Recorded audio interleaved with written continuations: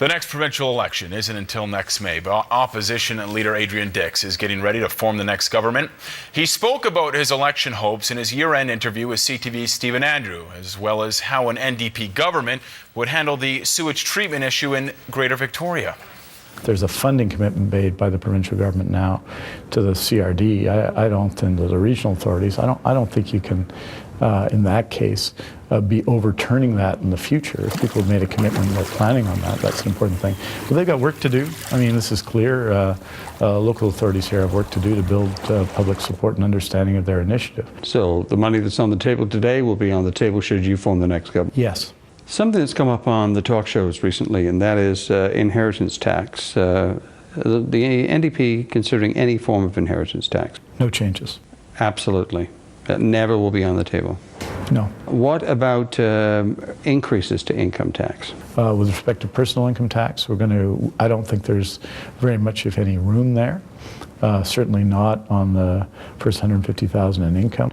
Above that, we're going to see what the fiscal situation is in the province after the budget and make decisions about that. And the voters will know what those decisions are before the election. How much influence will unions have in a Adrian Dix-led government? We're going to listen to everybody.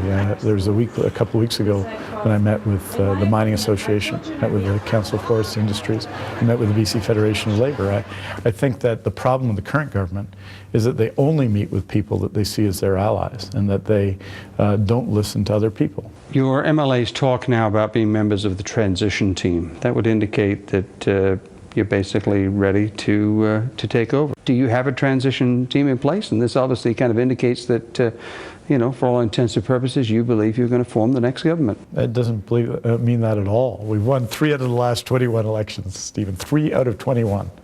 And before the 2009 election, which we just barely lost, and the 2005 election, there were plans to prepare for a transition. That's the only responsible thing to do, since you only have 2 weeks to prepare for that. Budget's coming down in February.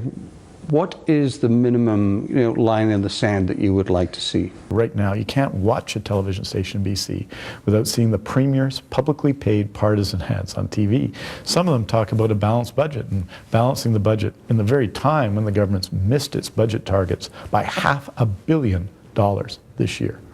So the government is saying that they're going to balance the budget largely, it seems, based on a one-time sale of assets, which frankly is not the way to go.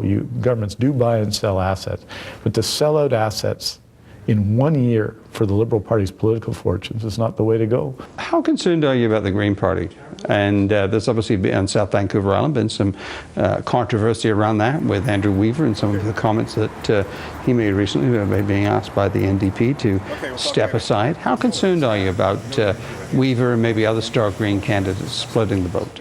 I'm not concerned. I think in the last 2 elections, the NDP and the Green Party got 51% of the vote combined, but I don't think we lost because the Green Party got 8% of the vote. We lost because we didn't get enough votes. And so I encourage everybody to run. It's a democracy. The more people that run, the more choices there are, the better it is. And that's what I've been saying all along. In the case of a televised debate, I'm enthusiastic about the idea of the Conservative and Green parties being part of that debate. I don't think that political parties own their votes. They have to go and earn them every time, and I look forward to that opportunity. Adrian, thank you. Thank you, anytime.